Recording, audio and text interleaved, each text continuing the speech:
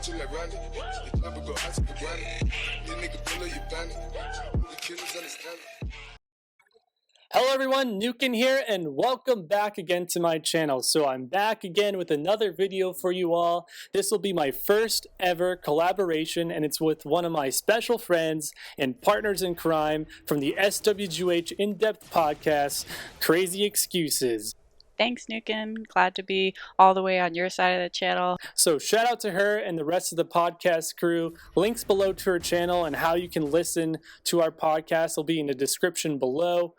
First off, quick announcement. I'm really excited to finally announce that I have joined the EA Game Changers program. So it's been a long time coming, and I'll be joining the ranks with the like of Mobile Gamer, Warrior, Arnold, McMole, Smithy D, Miss Ramon, and CrazyExcuses. So really thrilled about this opportunity, and I'm sure that she is as well. I'll now be able to bring you all exclusive content and put my unique spin on things. So that's very cool. And speaking of Crazy, she's here with me right now, and we're working hard, pulling a super late night to bring you this two-part collab. So this is probably going to be a little bit of a different format than everyone is used to on YouTube. We're branding it a visual podcast, and if this is something that you're not necessarily interested in, give us some feedback and let us know in the comments below. We'll be sticking to our podcast roots here for this one, and we're bringing you this two-part like I said, visual podcast. So part one will be on Crazy's channel. So if you haven't watched that yet,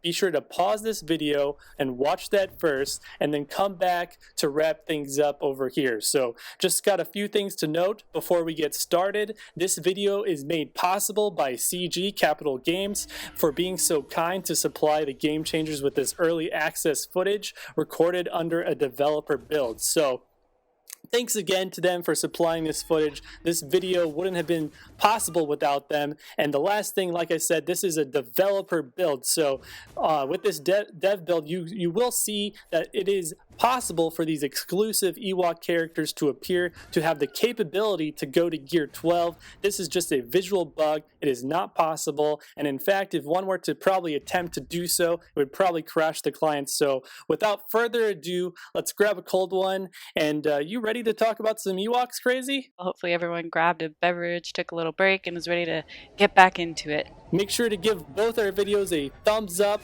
and also sub to our channel so if you haven't so far, to see some more amazing future content. It means a lot from the both of us, and enjoy, and let's get started. And here we go. So we're gonna talk about the team in this video and how it works. We're also going to touch on, if you weren't going to run a full faction Ewok squad, what could you do to replace maybe one or two Ewoks with some other characters that are already in this game. We'll also highlight about the mods that were used in this video and how they were good, but how we think we could probably improve them. So overall, we're going to be doing a decent amount of theory crafting. Moving on top of the mods, we'll probably talk about a little bit on the alternative mod choices that you could use in raids and also in arena.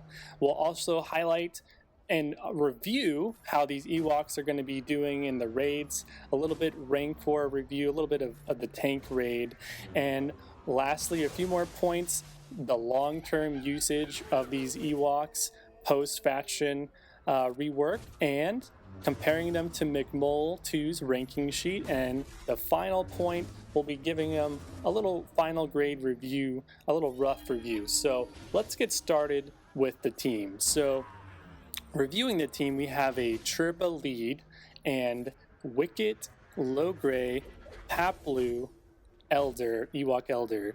And in this team, you could potentially Zeta everyone, but as we saw and listened to in the first part of the video in this collaboration between Crazy and I, we're considering Zetaing at least two of these Ewoks, mainly Chirpa, because this team would not work without him in the leader position in that Zeta, and probably Low Gray being the other Zeta. But by all means, if you're going to go for the Ewoks, you probably want to eventually Zeta everyone. And why does this team work? So when Chirpa is in the leader position, he is giving, even without the Zeta, a lot of turn meter when Ewoks are using basics.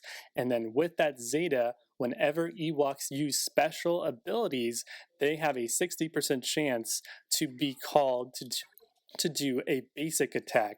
So that is great. And on top of that, you have a ton of synergy because when some of these Ewoks are called to do basic attacks, they have a lot of special buffs that they can give their teammates, whether it be any numerous amount of buffs like crit damage and crit chance and, maximum health up, and they can also do detrimental effects like dispel buffs on enemy heroes, which is pretty interesting.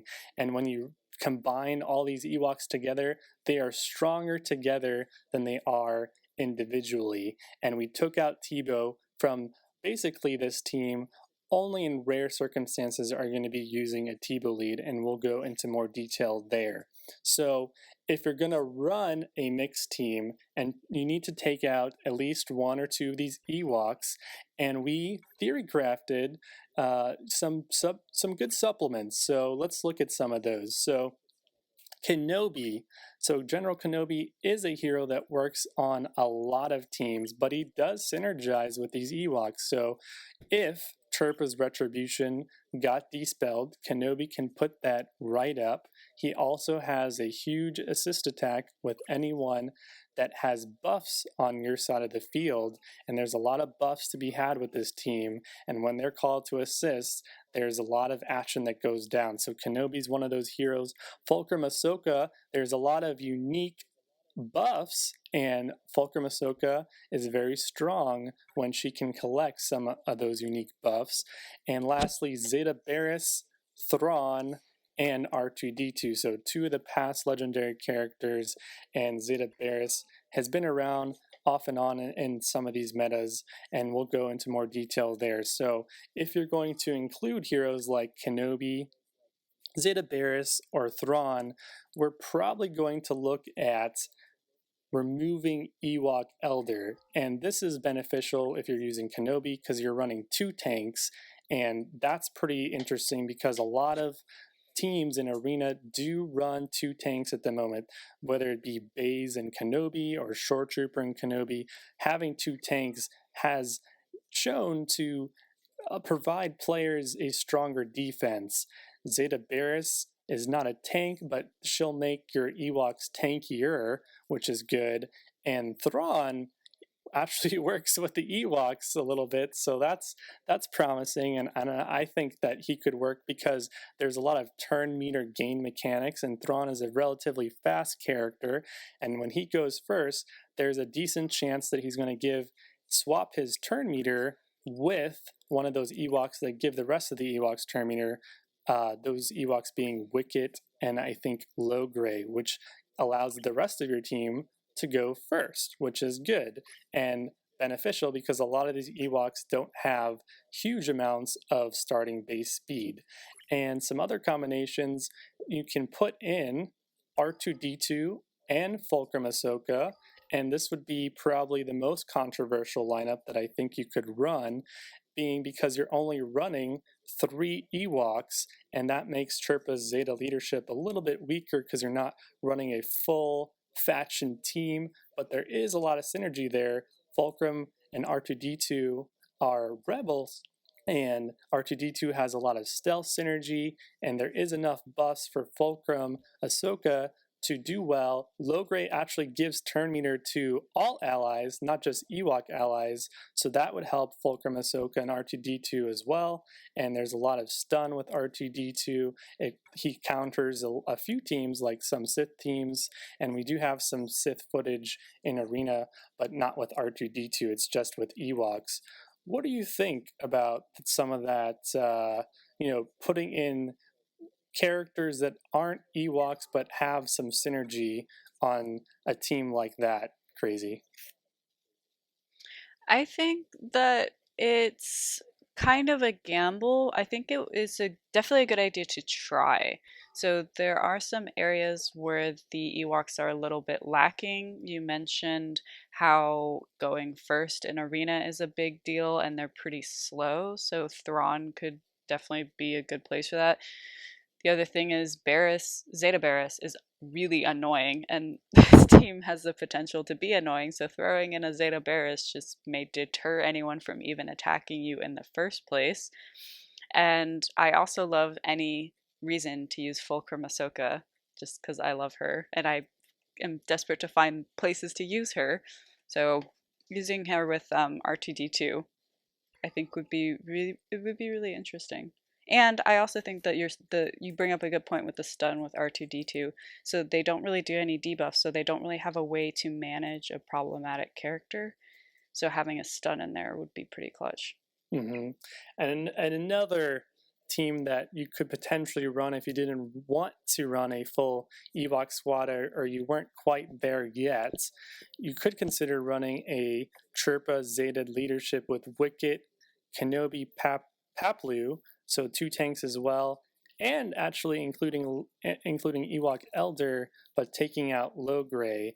And that's because Ewok Elder might do well versus certain teams that you need that extra AoE, which stands for Area of Effect Cleanse. So with the combination of Kenobi and Elder there, you have more cleanse, and you do still have that double tank lineup. So those are some mixed teams that you can consider running. And then going forward to looking at the characters in some of this video footage, we have these characters running basically 6 crit chance mods. So if you run crit chance mods, you run them as a 2-piece set, and when you combine all of that extra crit chance, it does synergize well with the Ewoks. There's a lot of critical chance synergy, and that overall is pretty good, especially when you combine that with not only with the set bonus, but having high secondary crit chance.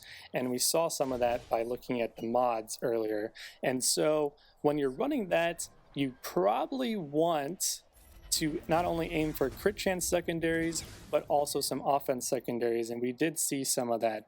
And they're probably considered to be average to above average mods in that regard when you're comparing them to what is attainable to the average SwGoH player. Now, we did a little bit of theory crafting on the mods, and I believe we came through some conclusions here on how we could improve them, whether it be the primaries for the particular characters here that are different than what are used in the footage. So in the footage, there was a lot of protection primaries used, and because there is some protection mechanics where they can regen protection, that isn't necessarily terrible, but there is way more health regen.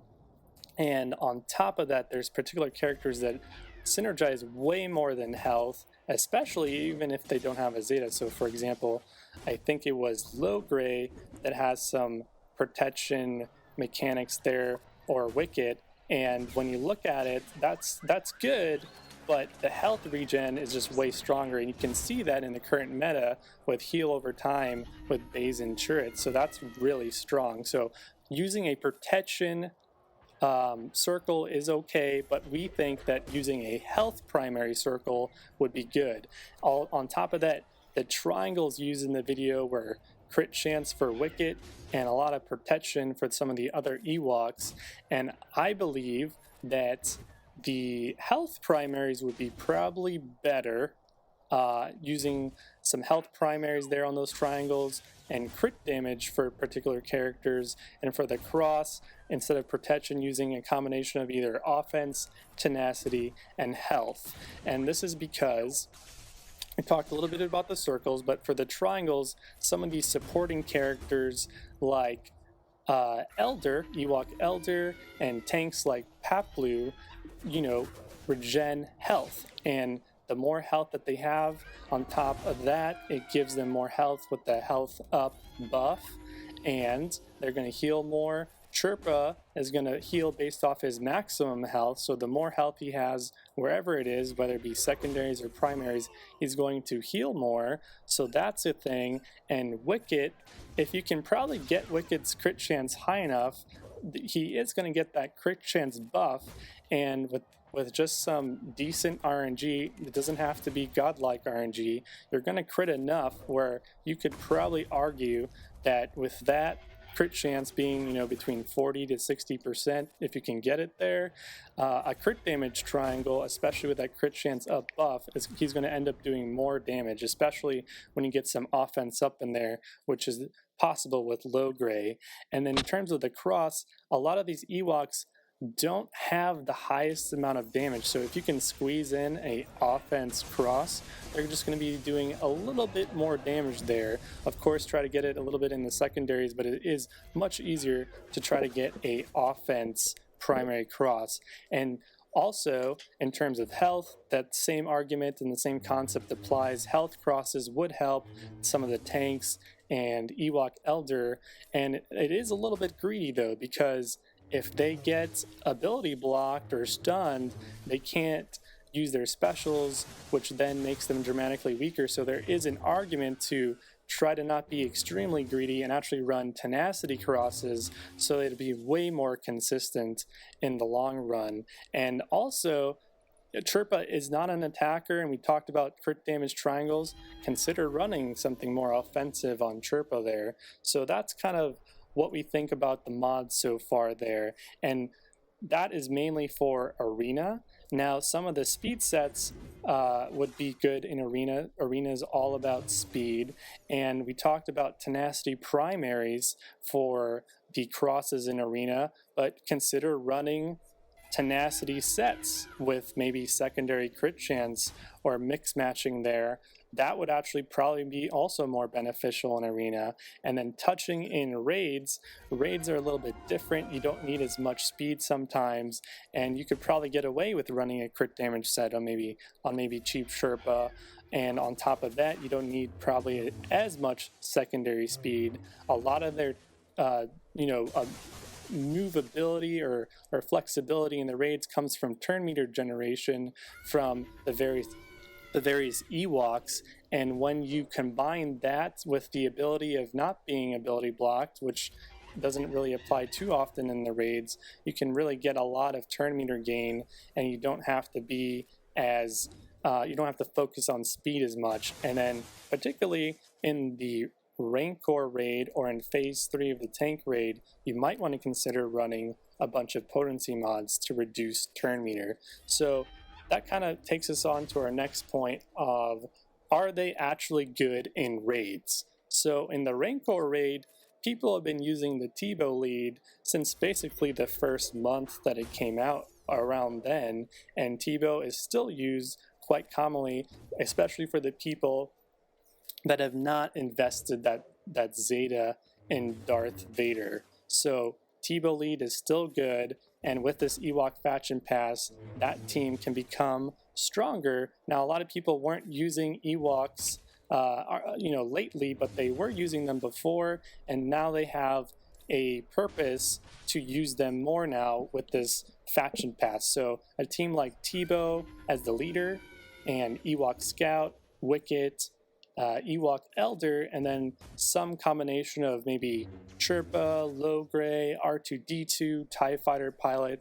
They all have a purpose in there. TIE Fighter Pilot, brings that tenacity down, more likely to reduce turn meter from Tebow and Ewok Scout. There is assisting mechanics with Wicket.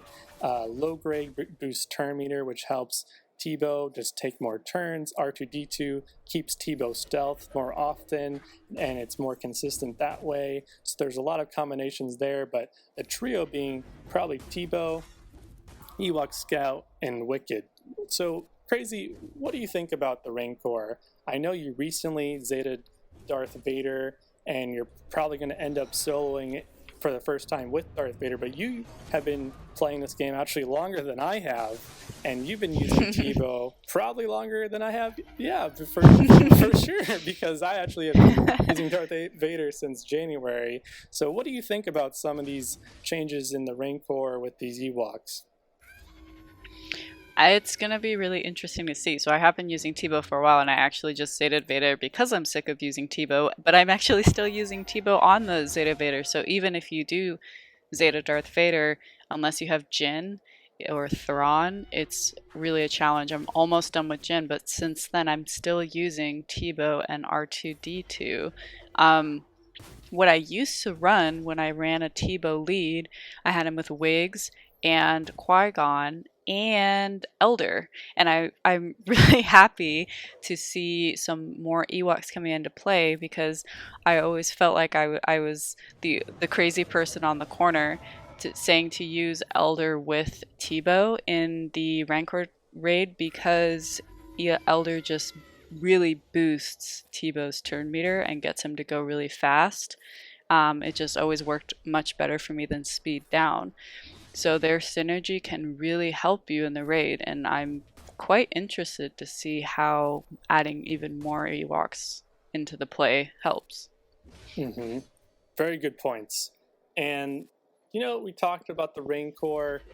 I think, people are going to really understand the concepts of the Tebow lead. Now, what's going to be more foreign to people is the tank raid. And I think everyone is clamoring to know how good are Ewoks in the heroic tank raid. So the heroic tank raid, we have 4 phases. Phase 1 being pretty difficult for almost any team to get a lot of damage, between basically abusing, or maybe not abusing, but using multiple battles to get the damage that maybe one team can get, with Savage Opress Zetaed and Kylo Ren Zetaed. But when you're looking at basically just one team, besides the Kenobi Sync team, a lot of other teams struggle, even Jedi, which are pretty good in Phase 1, from doing a lot of damage. So Phase 1, I think that they could do okay, maybe in around, for sure they're not going to be excelling in Phase 1, because not too many teams do.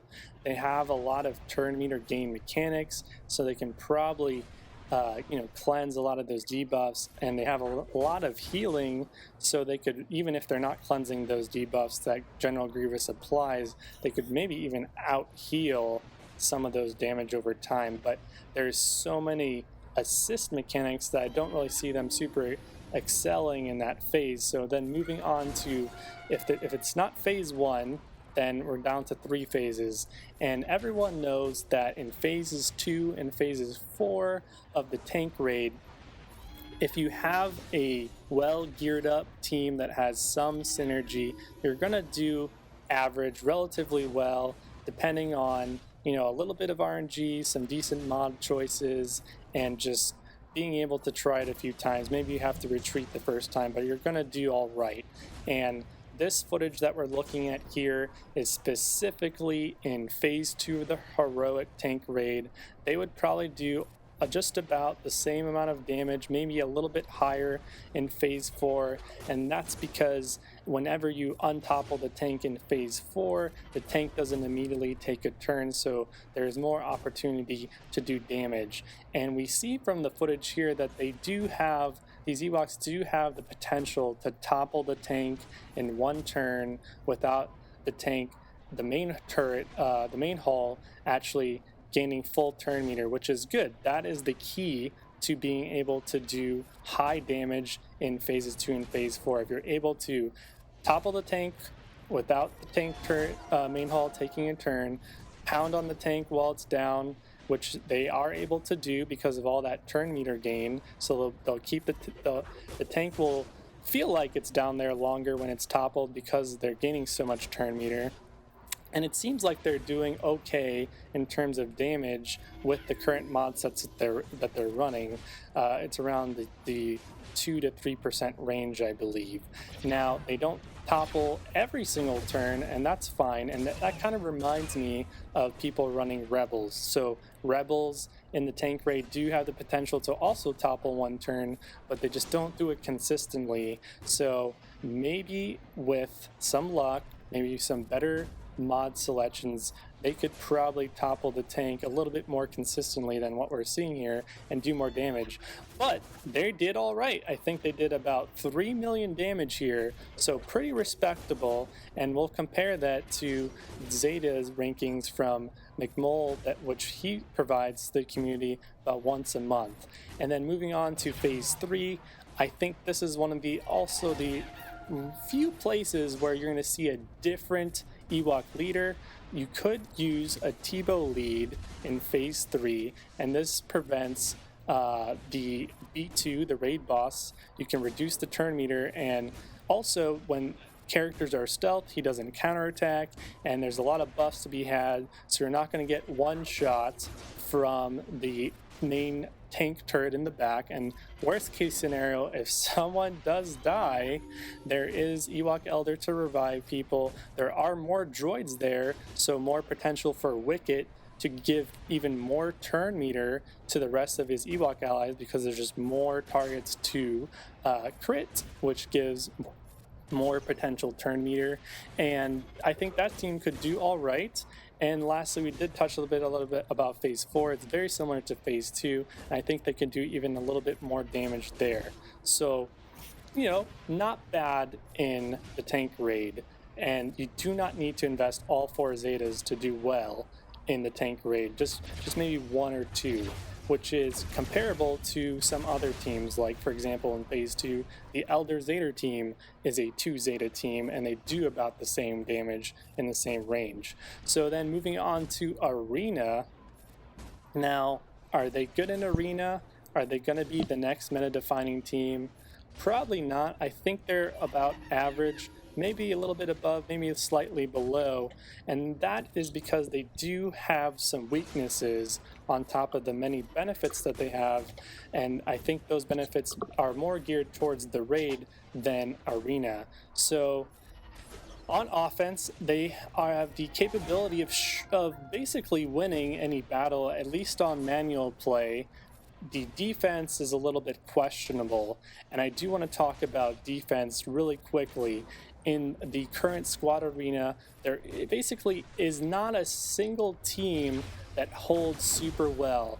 Anybody that's basically in the top 20 to top 50 range has at least a chance, usually it's decently high, to beat another said team. So the best way to actually have a strong defense and not to drop a lot is not to make a unbeatable team, but to make your team more annoying to face than the guys that you are sandwiched by in your arena shard. And they do have some elements in that regard. So death by paper cut. So a lot of these teams that people do want to face are sort of timeout teams that may run out the clock, and that's because people just don't want to devote 4 or 5 minutes to face a team when they can beat another team, maybe even on auto, within a minute or two. So that is one thing that they have going for them. What do you think about that, Crazy?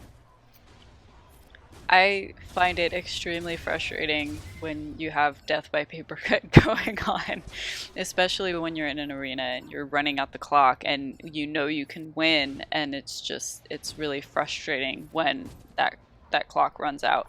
And these guys, they heal a lot, they get brought back a lot, they gain a lot of turn meter.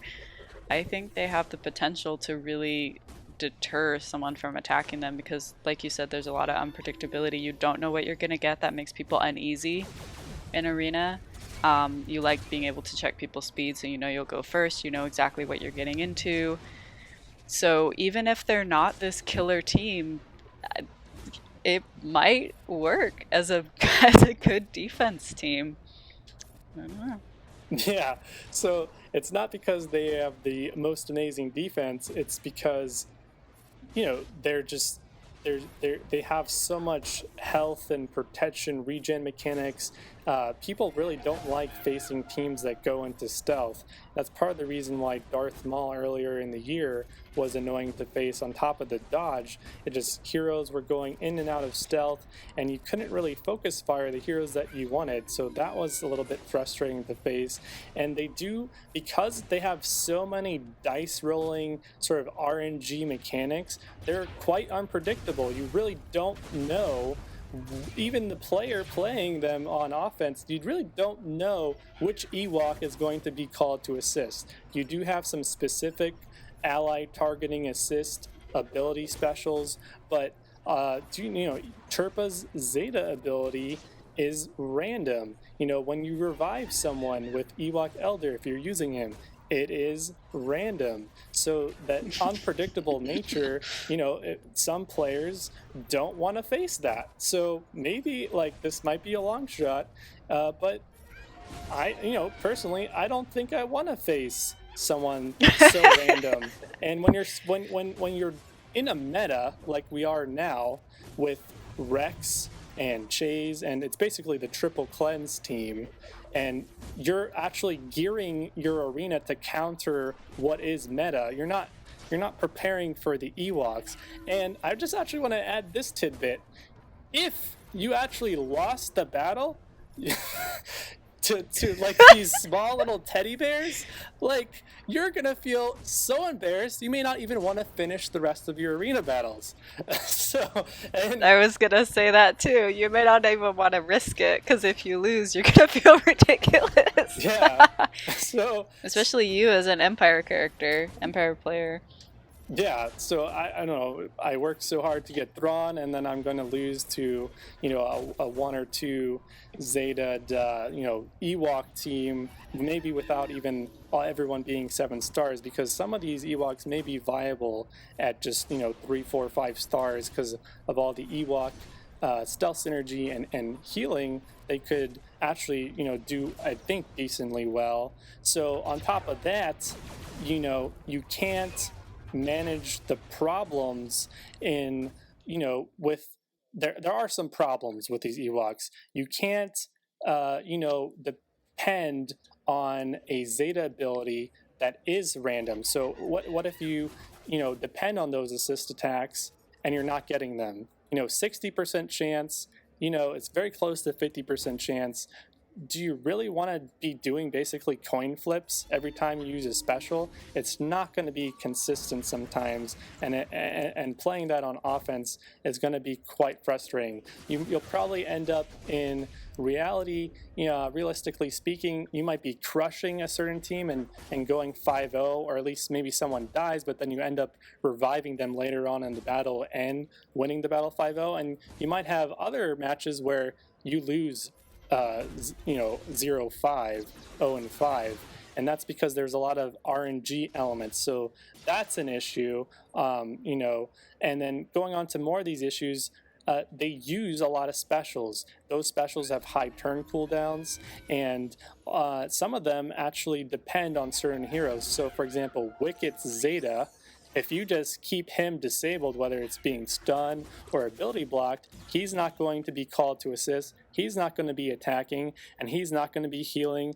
health and protection and giving other random buffs like crit chance and crit damage up to the rest of your Ewoks. And I would argue that that's very important, because the Ewok damage is very low, and you do need some crit chance and crit damage buffs to boost them up. And so those are some cons. And let's move on from general theory crafting into some specific matches here. So we have 3 matches for you guys to showcase. One is against a Rebel meta team with Wigs, Chase, and R2. The other team is facing a Empire Thrawn lead with Imperial Troopers, who had the latest faction pass before Ewoks, and then we have a sort of meta Sith Zal Zeta leadership there. So let's start talking about the Rebels. So in this first match, Chirpa almost dies on turn 1. And on top of that, we talked about it earlier, the Ewok speed is not very high. So most of the time, you're going to be starting the match behind, and having the first turn advantage is very important to winning battles. Also, the daze, which is AoE daze, is quite strong, but AoE daze was cleansed right away, from turret, and on top of that, there's a little bit of cleansing with the Empire, which I'll go into. They can't dispel buffs and taunts as well very effectively. There's no AoE, area of effect, dispel. They kind of have this single target dispel, which is good, but it doesn't really help them, get rid of some of those buffs on the enemy team, which some are important to get rid of.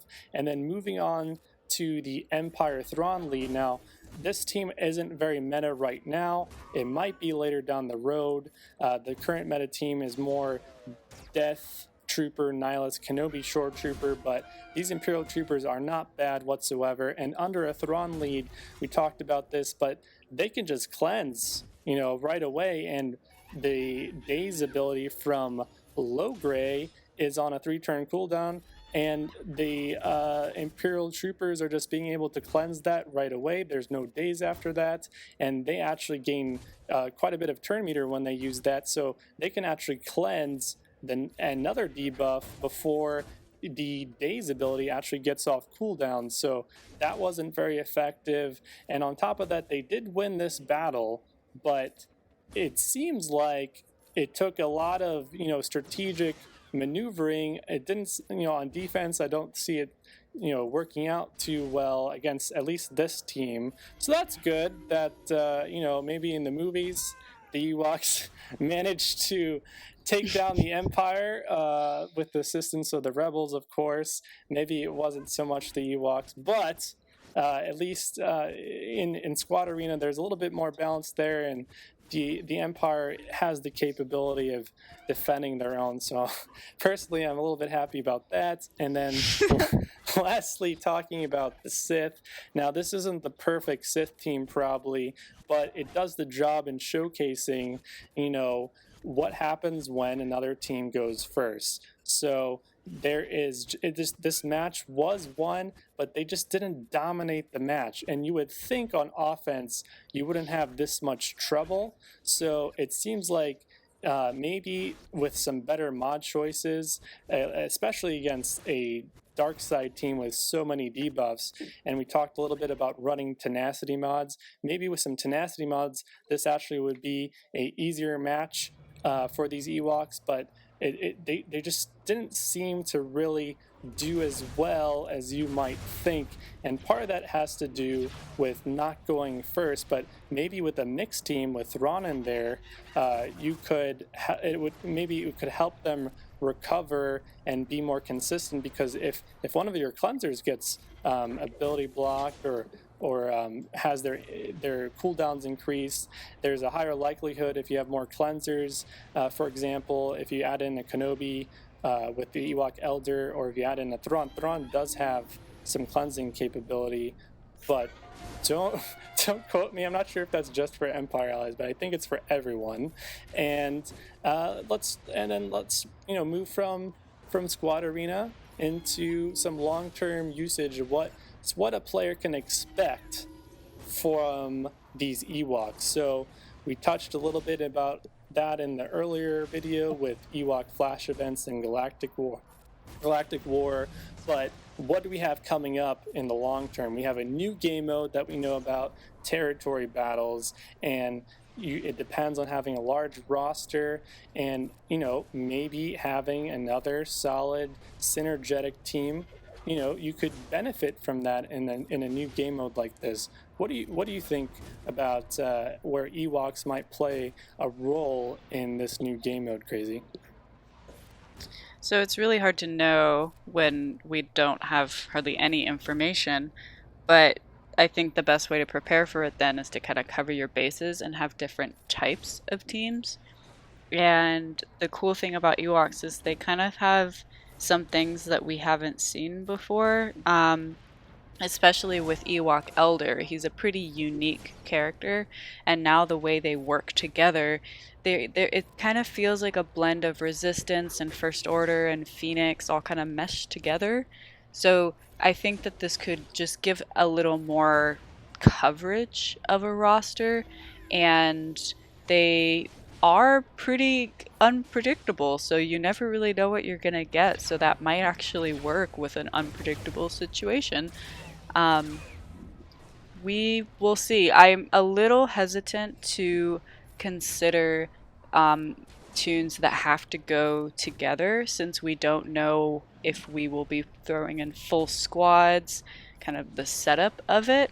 But the nice thing is that we have um, figured out some teams that work as hybrids. There are definitely options, and as we talked about in the earlier videos, they aren't nightmares to gear. So you're not completely throwing yourself down the drain by gearing them. So that is a nice way to add a team to your roster without completely draining your resources. Good points. And I actually do want to add one quick thing. If this new game mode is actually about having a very large roster, and I know they talked about having, a little bit of little small bonuses for characters that were on Hoth, like maybe Hoth Rebel Scout or maybe Snowtrooper or General Veers. So these Ewoks probably won't have a small bonus like in that regard, but they are another light side faction, and for a player like myself who focuses more on dark side, and this new game mode maybe relies on having a balanced large roster, then maybe you want to look into another light side team to have in preparation for this new game mode. What if it's Ewoks or Resistance or clones, or I don't think it really matters, but maybe having some balance there would be beneficial. And since this is not arena and it's more like raids, and we've kind of stated that Ewoks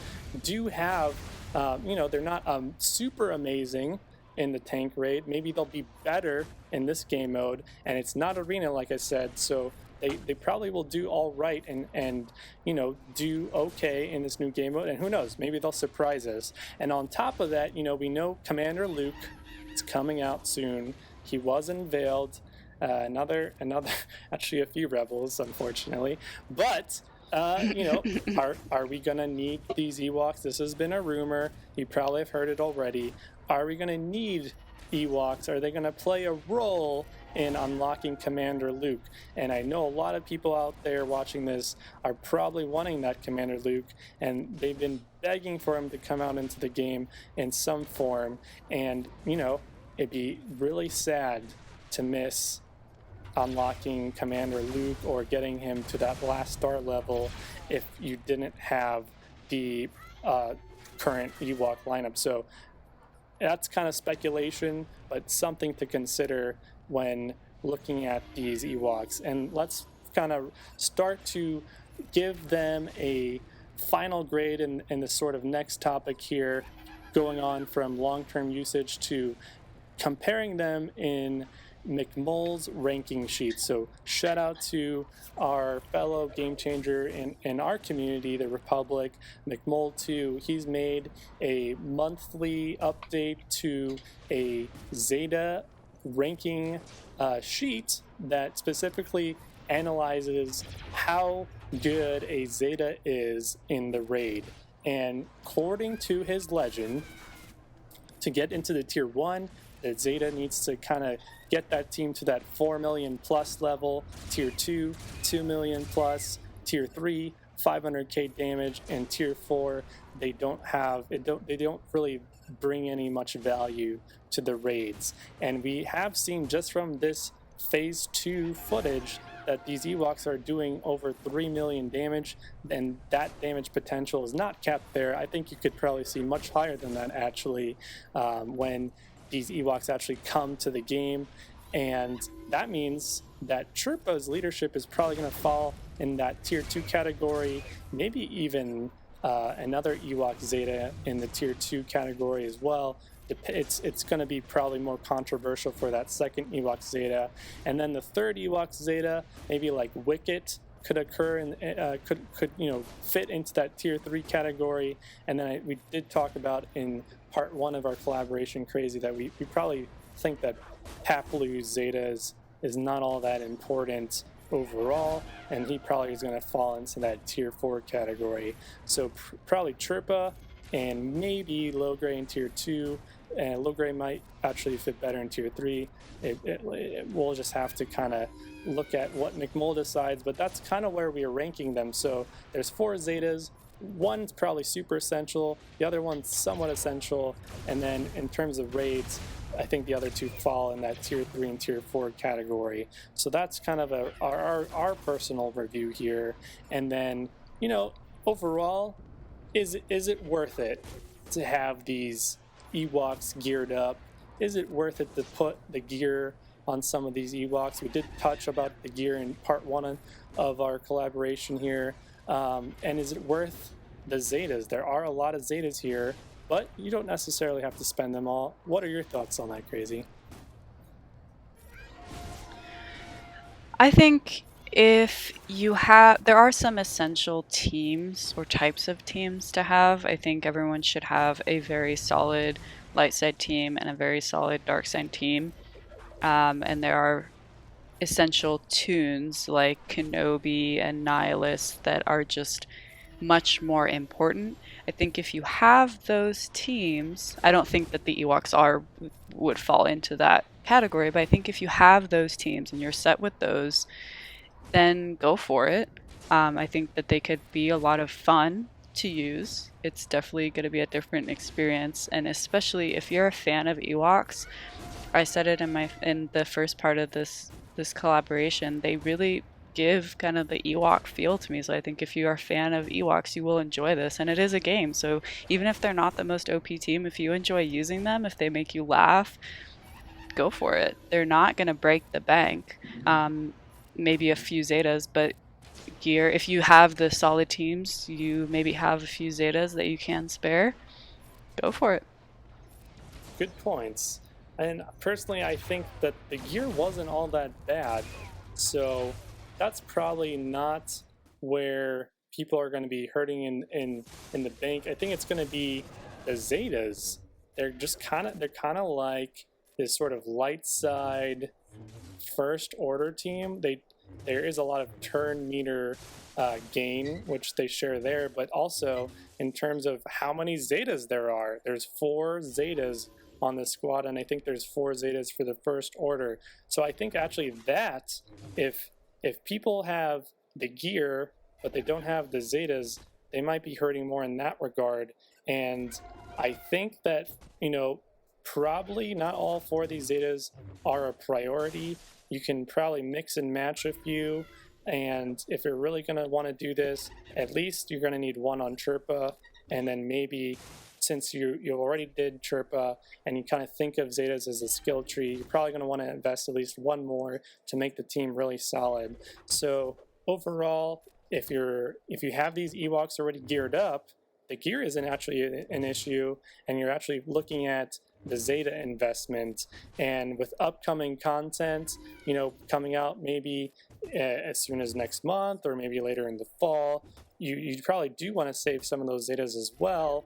But depending on how long new game modes are going to be, still worked on, and wherever if Ewoks are, required to get Commander Luke, depending on that, you're going to maybe have to gamble a little bit.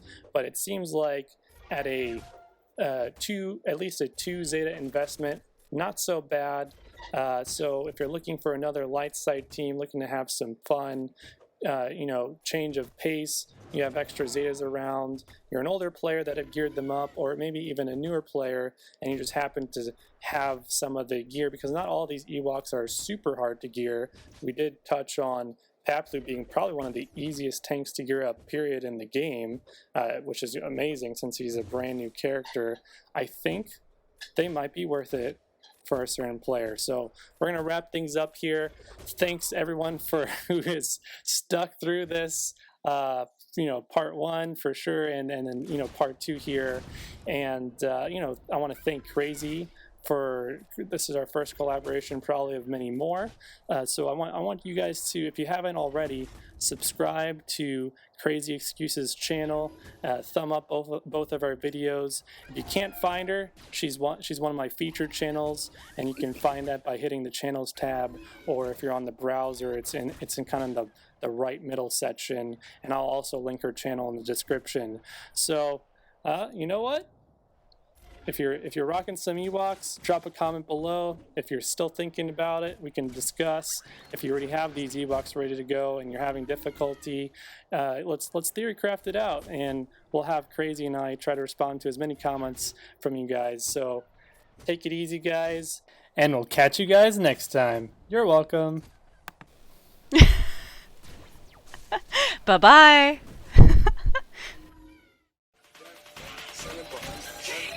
Then I'm the macho like Randy. The club will go out to the granny. This nigga pull up your bandit. The killers understand it.